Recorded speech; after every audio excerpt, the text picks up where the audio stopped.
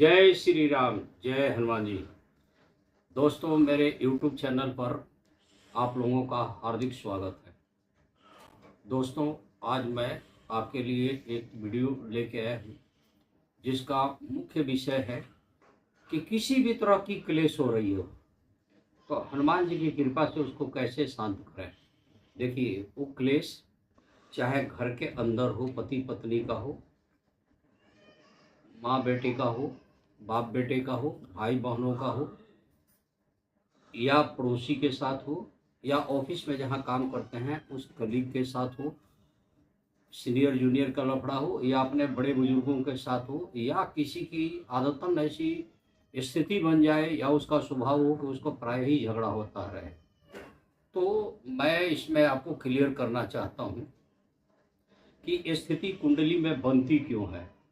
दोस्तों, आपको तो पता है कि मैं जन्म कुंडली का एनालिसिस करता हूँ किसी भी आदमी का, चूँकि मैं ज्योतिषाचार्य हूँ। तो इसमें हम सबसे पहले उसके कुंडली के जितने भी खराब दोष है उसको लेफ्ट साइड में मार्क करके रख लेते हैं कि जन्म से क्या दोष है, इस आदमी को लाइफ में क्या क्या झेलनी पड़ सकती है। तो अगर मंगल खराब है तो शत्रुता की संभावना बढ़ जाती है। मंगल के ऊपर केतु हो, मंगल के ऊपर राहु हो, तो भी समझ जाइए कि झगड़ा, उत्पात, इस तरह की प्रॉब्लम्स का योग ज़्यादा बन जाता है। तो ऐसी स्थिति में हम उसको शांत कर देते हैं, एडवाइस कर देते हैं कि आपको ये काम करो।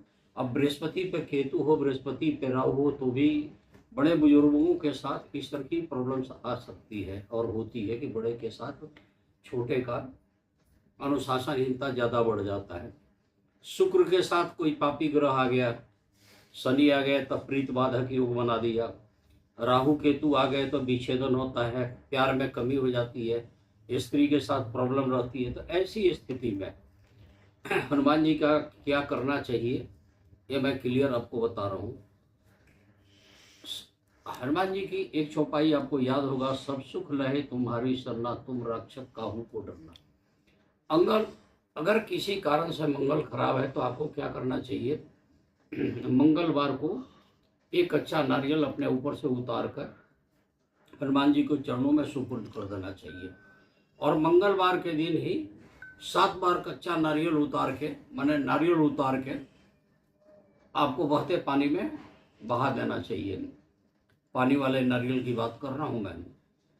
अब रही बात, इससे गृह क्लेश कम हो जाती है। और कुंडली में जैसे जो भी कारक ग्रह है, जैसे बृहस्पति के ऊपर केतु है तो बृहस्पति की शांति अलग, केतु की शांति अलग, मंगल है तो अलग शांति करा दीजिए, जगह जगह करिए। कई बार क्या होता है कि जेठानी देवरानी की काफ़ी झगड़ा होता है उस घर में। कहीं कहीं आप देखेंगे कि भाभी और देवरानियों की काफ़ी थी, ननद की काफ़ी झगड़ा होता है, देवर भाभी की लड़ाई होती है, पड़ोसी पड़ोसी की होती है। तो पड़ोसी में तो सीधे मान कर चलिए कि मंगल ही मुख्य कारक बन जाता है, लेकिन और अन्य ग्रहों में, अन्य स्थितियों में अन्य ग्रह भी इसमें कारक होते हैं।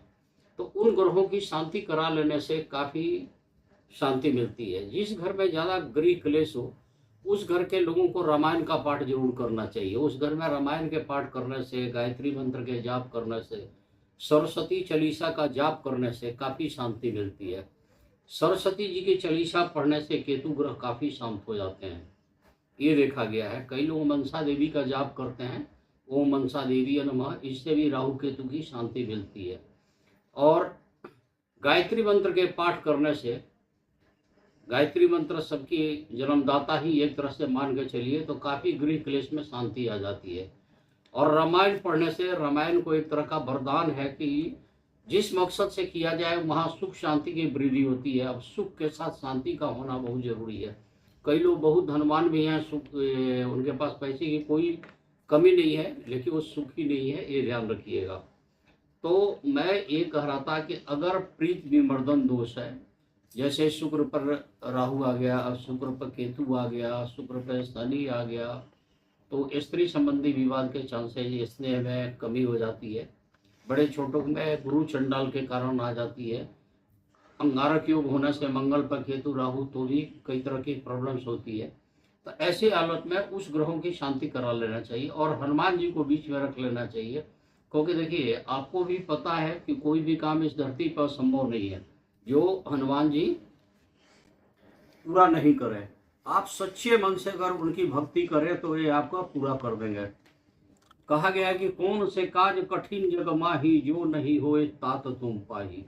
तब हनुमान जी की आप इन मंत्रों का लगातार जाप करें तो आपसे क्या होगा कि वो ग्रह शांत हो जाएगा, और ग्रह के शांत होने से सुख शांति की काफ़ी वृद्धि हो जाती है। आप कीजिए, गायत्री मंत्र पढ़िए। अब सबसे छोटी बात है, आपने देखा होगा कि घर में कोई एक बच्चा ऐसा ज़्यादा आतंकवादी टाइप से बात करता है, विद्रोही हो जाता है और बड़ों की बिल्कुल नहीं सुनता है और क्लेश लगातार करना शुरू कर देता है। ना वो बड़ों का सुनेगा, छोटों के साथ भी उसकी नहीं बनती है, भाई भाइयों की नहीं बनती है। कई घर में तो ऐसी स्थिति हो जाती है कि एक भाई दूसरे भाई का खून के प्यासे हो जाता है, माता पिता जिंदा होते हैं, जीवित होते हैं, तब भी स्थिति बन जाती है। बहनें भी आजकल तो कलयुग है, प्रॉपर्टी के पीछे भी ऐसी विवाद आ जाती है। तो ऐसे लोगों को हनुमान जी का चालीसा जरूर पढ़ना चाहिए और रोज पढ़ना चाहिए हनुमान चालीसा। अगर स्थिति बहुत भयावह है तो आदमी को शाम के समय हनुमान चालीसा जरूर पढ़ना चाहिए। और रह गई सुंदरकांड, अगर करते हैं पढ़ते हैं तो रात के 9 बजे के आसपास करें तो उनको ज़्यादा लाभ मिलेगा। इससे आपको काफ़ी बल मिलेगा। रोजगार में मान लीजिए कि बहुत प्रॉब्लम है, जहाँ भी जाते हैं आपका बॉस आपको तंग ही करता है, तो पहले तो चेक करवाइए अपने जन्म कुंडली में कि कहीं 10वें भाव में केतु तो नहीं है, या सूर्य के साथ कोई पापी ग्रह तो नहीं बैठा है, तो रोजगार में प्रॉब्लम्स आ जा रही है। बिजनेस करने गए, बिजनेस में कोई ऐसी मेजर प्रॉब्लम है कि कोई भी बिजनेस आप कर रहे हैं तो आपका बिजनेस ही नहीं चल रहा है, तो इसमें मैं ये कहना चाहूँ कि आपके नियरेस्ट नियर बाई जो भी बढ़िया एस्ट्रोलॉजर है, सबसे पहले ये चेक कराइए कि कुंडली में बिजनेस का योग है या नौकरी का योग है, या बिजनेस का योग है ही नहीं। अगर बिजनेस का योग है तो किस लाइन का बिजनेस योग ज़्यादा सूटेबल होगा, और जिस सूटेबल है उसी बिजनेस को आप कीजिए। और बिजनेस को चलाने के लिए बुध ग्रह का बलवान जरूर होना जरूरी होता है। अगर ठीक होना चाहिए तो गणेश जी की आपकी सेवा करनी चाहिए।